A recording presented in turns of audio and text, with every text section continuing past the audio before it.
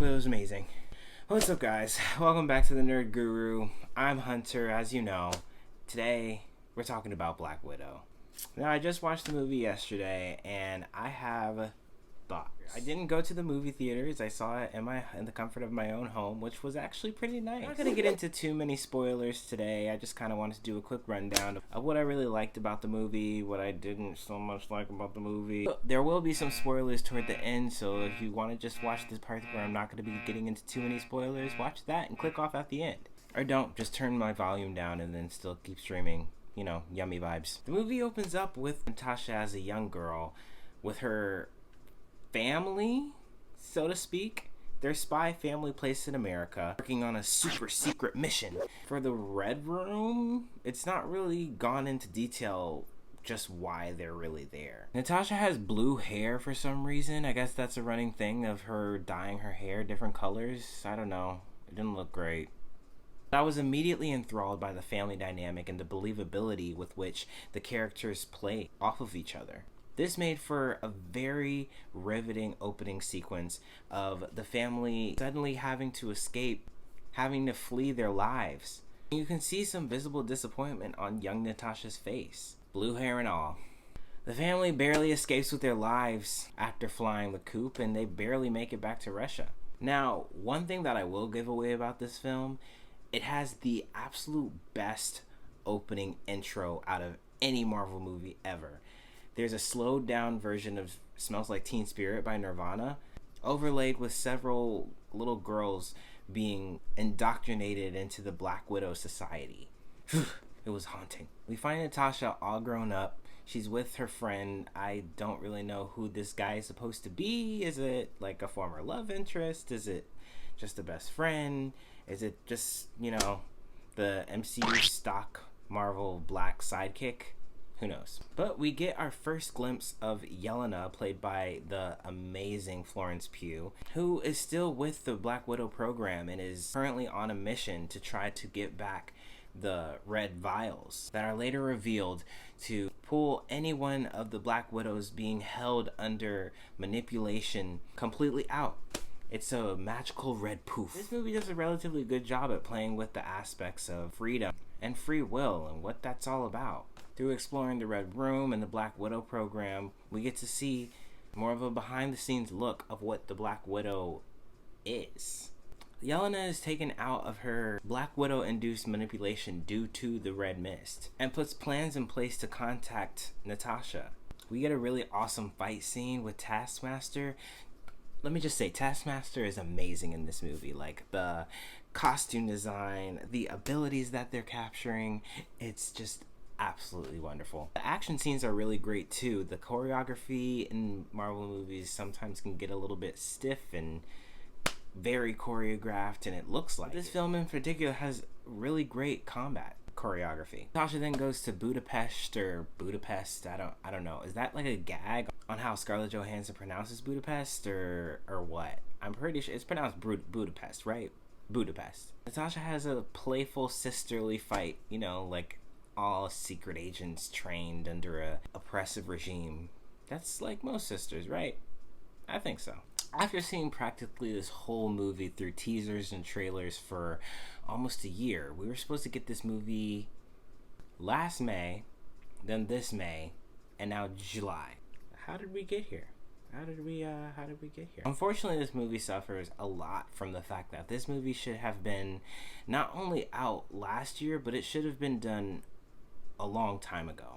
It's set between Civil War and Infinity War. You just can't help but feel cheated by the placement of this movie's release. This movie does give a really great explanation as to why Natasha is Natasha, and it would be really interesting to go back and watch all the past movies with this movie now in mind. However, even though this movie isn't chronologically a sequel to Endgame, it does work as a follow-up to the extravagance that movie brought.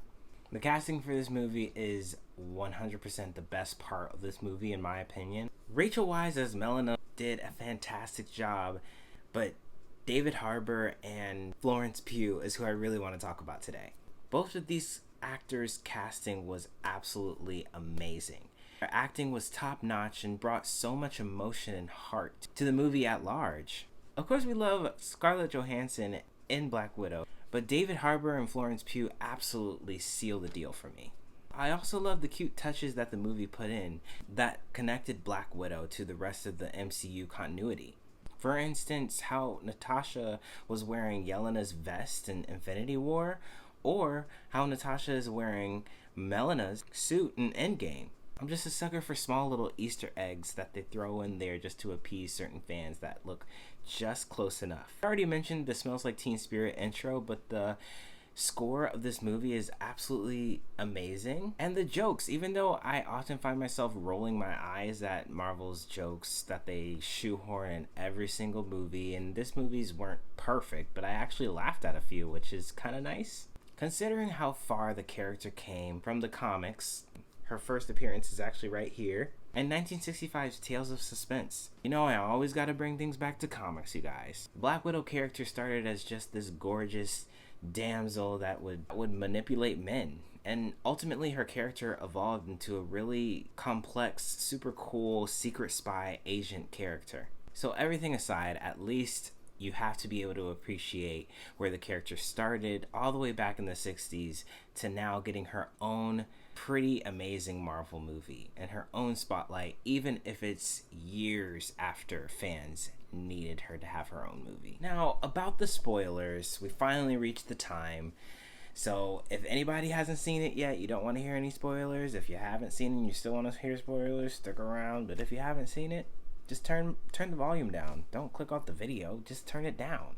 Duh. The big bad of the Red Room is probably one of my least favorite MCU big bads. He's a really creepy, weird, I know that's how he's supposed to be done, but it's weird.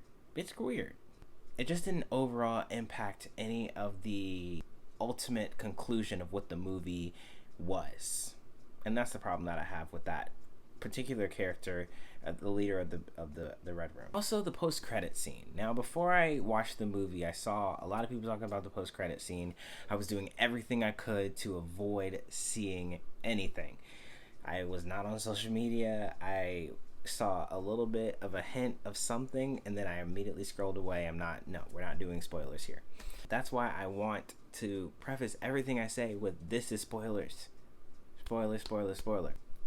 Spoiler. The post-credit scene is interesting. So we finally get to see Natasha's grave, and apparently Yelena was the only one that got filmed going to her grave, which is kind of upsetting. Still very salty there was no funeral for Black Widow in Endgame, but that's another video. Then Miss Dreyfus shows up and tells Yelena that she's going, who we already saw in Falcon Winter Soldier. Something else that I wasn't too greatly fond of. Maybe there's a pattern here. I like Miss Dreyfus, but this character is kind of dry for me. I don't really get the full point of it. Maybe when the Thunderbirds, which is the team that she's supposed to be trying to make with US Agent and now Yelena being the White Widow, maybe when that series comes out, maybe I'll come around to it. But right now I'm just not too excited for it. And for that to have been the only post-credit scene, it was kind of underwhelming. But now we know that Yelena is going to be featured in Hawkeye, which is pretty cool. I'm relatively excited for Hawkeye. I'm not the biggest fan, but well, I'll be tuned in. Either way, I mean, come on, let's be honest. Let's be real. All in all, I found the movie really fun and entertaining. The movie is filled with heart, emotion, and action-packed from start to finish. Ultimately, it's a very nice addition to MCU's overall discography.